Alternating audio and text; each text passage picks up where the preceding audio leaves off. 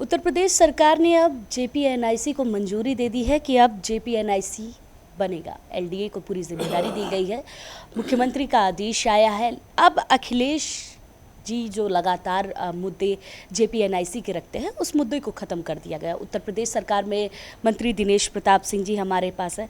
Sir, ये बताइए कि जेपीएनआईसी का एक बड़ा मुद्दा था, अखिलेश अक्सर सरकार को घेरते रहते थे, क्या कहेंगे? अब तो उनका मुद्दा ही ख़त्म हो गया जेपीएनआईसी को लेकर। वैसे तो लोकतंत्र में जेपीएनआईसी कोई मुद्दा नहीं है, जनहित बहुत सारे हैं, उनका मुद्दा है। हाँ, ये बात सही है कि जनता की गाढ़ी कमाई के पैसे से जो चीज़ें बन रही हैं उन्हें आगे बढ़ाना चाहिए। हमारी सरकार ने परीक्षण कराया और पाया होगा कि इसको बनाया जाना अब ठीक है, तो उन्होंने प्रारंभ किया। मैं धन्यवाद देता हूँ अपने उत्तर प्रदेश के यशस्वी मुख्यमंत्री जी को कि ये परियोजना अब बन करके जनता के उपयोगार्थ चालू हो जाएगी। ये बात सही है कि अखिलेश यादव जी बार बार ये कहते हैं कि सब ये मेरा कराया हुआ है, मेरा कराया हो, बहुत सारी चीज़ों में कहते रहते हैं। अखिलेश जी, ये लोकतंत्र की व्यवस्था है कि अगर कोई अधूरा काम छोड़ के जाए तो जो भी सरकार आती है उसे पूर्ण कराना ही चाहिए, क्योंकि अधूरे काम में जो व्यय होता है वो भी जनता की गाढ़ी कमाई का पैसा है और जो आगे खर्च होगा पूरा करने के लिए वो भी जनता गाढ़ी कमाई पैसा। हम आप सब लोग जनता की गाढ़ी कमाई के पैसे का जनता के हितों में सदुपयोग हो, इसका हमको प्रयास करना चाहिए, तो सब लोग करते हैं। अब जब देखो तो अखिलेश यादव जी लगातार कभी एक्सप्रेस वे की बात करेंगे, कभी लोक भवन की बात करेंगे, कहीं और अपने द्वारा बनाए गए इंफ्रास्ट्रक्चर की बात करेंगे। लेकिन मैं अच्छी तरह महसूस कर रहा हूँ कि भारतीय जनता पार्टी अथवा हमारी डबल इंजन की सरकारों ने कभी इन कामों को ये नहीं कहा कि अखिलेश जी ने नहीं कराया है। हम कहते हैं आपने कराया है, लेकिन अगर आपने एक एक्सप्रेस बनाया, हमने 4 एक्सप्रेस बना दिए, हमने 16 एयरपोर्ट बना दिए।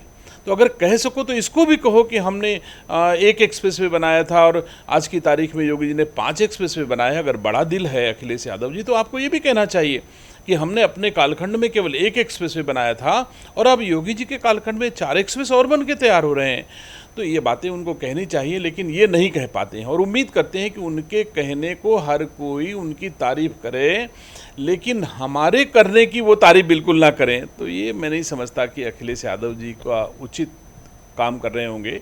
लेकिन राजनीति में आज की तारीख में सेवा का महत्व विपक्ष के लिए कम होता चला जा रहा है।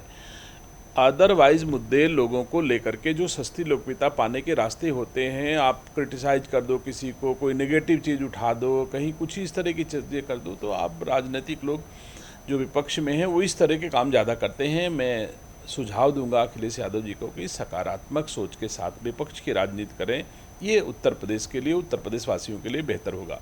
अच्छा, आपने एक्सप्रेसवे की बात की।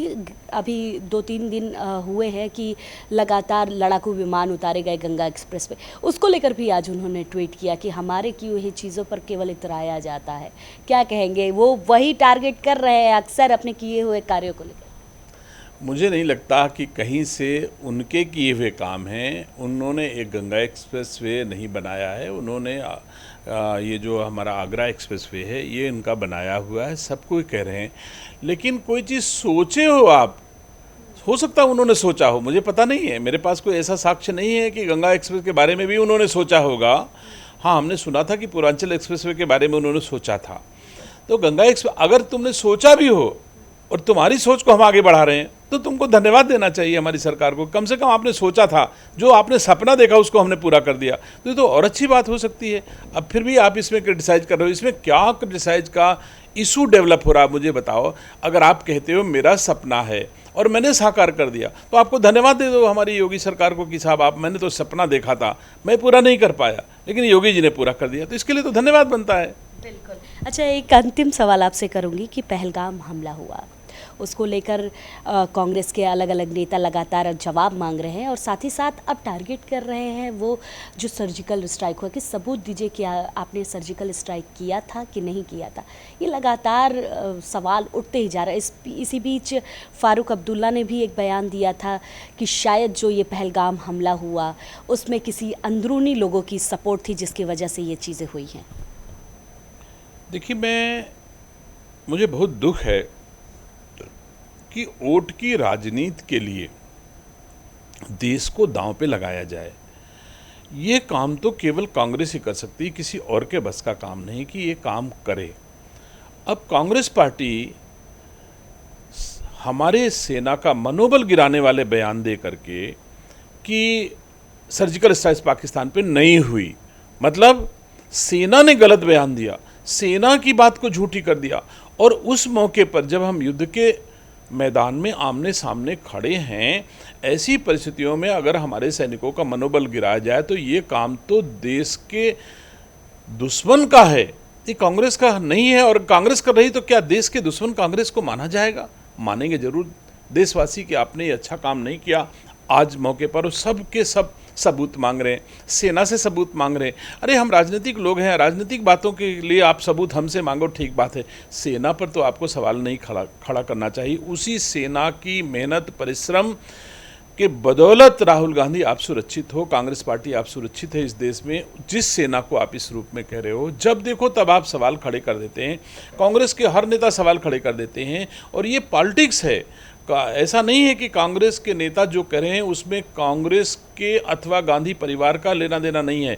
ये सोची समझी रणनीति का हिस्सा है। और कांग्रेस के लोग भुलवाते हैं कि हमारा वोट बैंक स्थिर रहे, भारत रहे चाहे न रहे, लेकिन हमको वोट बैंक हमारा मिल जाए, मुसलमान हमसे छिटक के न जाने पाए, इसके लिए हमको कुछ भी करना पड़े। एक आधे आदमी पाकिस्तान के पक्ष में बोलते रहो और आधे लोग भारत के पक्ष में बोलते रहो, जिससे पाकिस्तान भी हमारे साथ में रहे। अब ऐसे अगर सोच के लोग होंगे तो अब हमारी समझ में देशवासी किसी दशा में इनको स्वीकार करने वाला नहीं। इस तरह की नीति के पोषक एक्सपोज हो गए हैं इन बातों से, जो इधर एक 5-6 दिन के भीतर कांग्रेस की तरफ से आए हैं। जी, बहुत बहुत धन्यवाद आपका। तो उत्तर प्रदेश सरकार में मंत्री दिनेश प्रताप सिंह जी हमारे साथ थे। कैमरामैन अरशद के साथ मैं वर्षा शाही, इंडिया न्यूज़ लखनऊ।